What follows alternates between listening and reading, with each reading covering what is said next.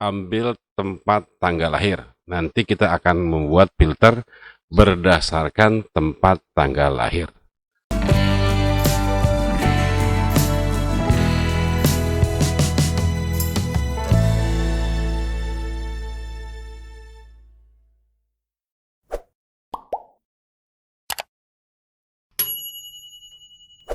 Assalamualaikum warahmatullahi wabarakatuh. Kita bertemu kembali di channel Rumah Belajar Koko. Hari ini kita akan membahas masalah filter, ya. Filter sangat penting sekali, ya. Di sini di menu data kita bisa melihat ada tiga filter, ya. Di sini.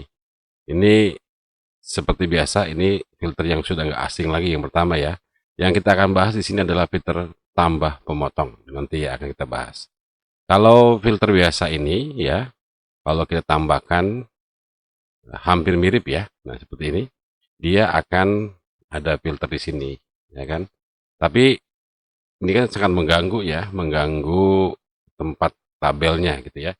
Karena dia berada di item dari sebuah tabel. Nah, kita akan membahas masalah filter, tetapi bukan di sini, ya, tapi di filter pemotong. Kita hapus dulu, ya, filternya. Oke, sudah normal kembali lagi. Bagaimana membuat filter tambah pemotong? Nah, ini kita klik, ya. Kemudian kita ambil alamatnya. Di sini kita ganti, ya, alamatnya. Kita hapus. Sudah dihapus, ya. Kita ambil tempat tanggal lahir. Nanti kita akan membuat filter berdasarkan tempat tanggal lahir.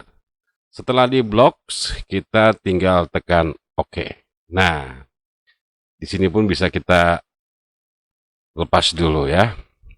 Nah, di sini pada saat kita klik, dia akan bertanda garis-garis, ya. Kemudian ada untuk mengecilkan, ya. Jadi kalau kita mengecilkan bentuk ini, kita bisa mengurangi, ya, bentuknya. Nah, seperti ini supaya sedikit agak bagus kelihatannya. Nah, seperti itu. Dengan filter pemotong ini kita lebih enak, ya, dalam bekerja karena tidak mengganggu tabel yang ada pada susunan tabel, gitu, ya. Di sini kita akan coba memfilter dari tanggal lahir. Kita akan memfilter siapa saja yang tempat tanggal lahirnya atau tempat lahirnya itu di Jakarta. Di sini bisa kita pilih, ya. Di Jakarta berarti yang kita lepas adalah Balikpapan, Bandung, Bekasi. Tinggal satu Jakarta saja. Kemudian kita tekan OK. Nah, di sini kelihatan bahwa ada 4 orang yang lahir di Jakarta, ya. Jadi ini sangat bermanfaat apabila kita memiliki database yang sangat panjang ke bawah, ya, supaya kita bisa memfilter, melihat dan mengelompokkan data. Kita bisa memanfaatkan pemotong atau filter pemotong ini, seperti itu. Kemudian kita bisa manajemen, ya, atau merubah daripada tampilan yang difilter ini supaya lebih menarik, ya. Edit pemotong, ya. Jadi kalau kita merubah dari bentuknya ini, edit pemotong. Nah, di sini, ya, kita masuk ke sesuaikan. Nah, ini sesuaikan, ya. Judulnya ini kan tadi tempat tanggal lahir, ya. Seperti itu. Kalau kita merubah di sini judulnya, misalnya kita buat filter 1, ya, filter 1 misalnya, ya, supaya nggak terlalu panjang. Kemudian bentuk huruf, ya. Jadi kita bisa sesuaikan bentuk hurufnya mau bagaimana yang kita inginkan. Apakah kita ganti coba yang ini aja. Nah, ini kan jadi lebih kecil, ya.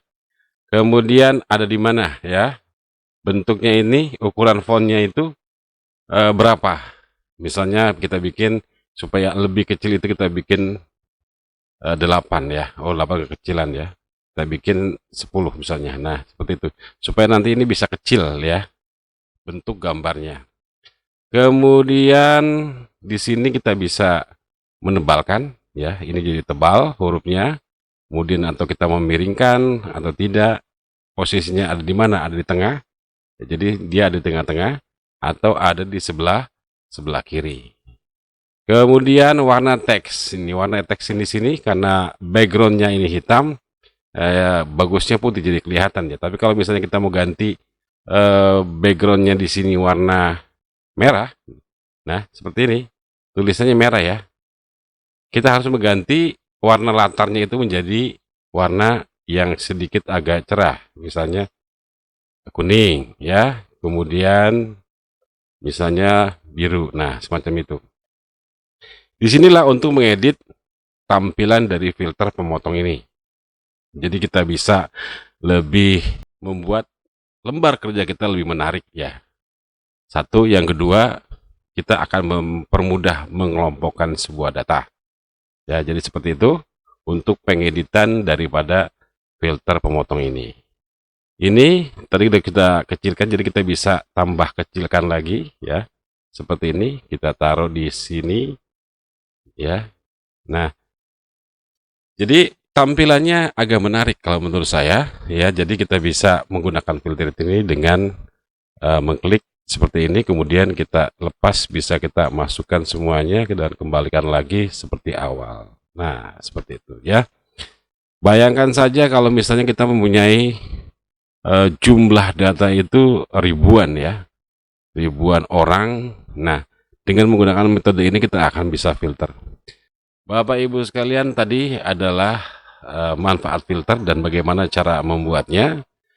Dengan menggunakan filter ini, menurut saya akan mempercepat pekerjaan kita dalam mengelompokkan data. Sekali lagi, serasa itu aja dari saya untuk kesempatan kali ini. Kita akan bertemu kembali di kesempatan yang berbeda dengan tema yang berbeda. Akhir kalam, mohon maaf apabila ada kesalahan. Assalamualaikum warahmatullahi wabarakatuh.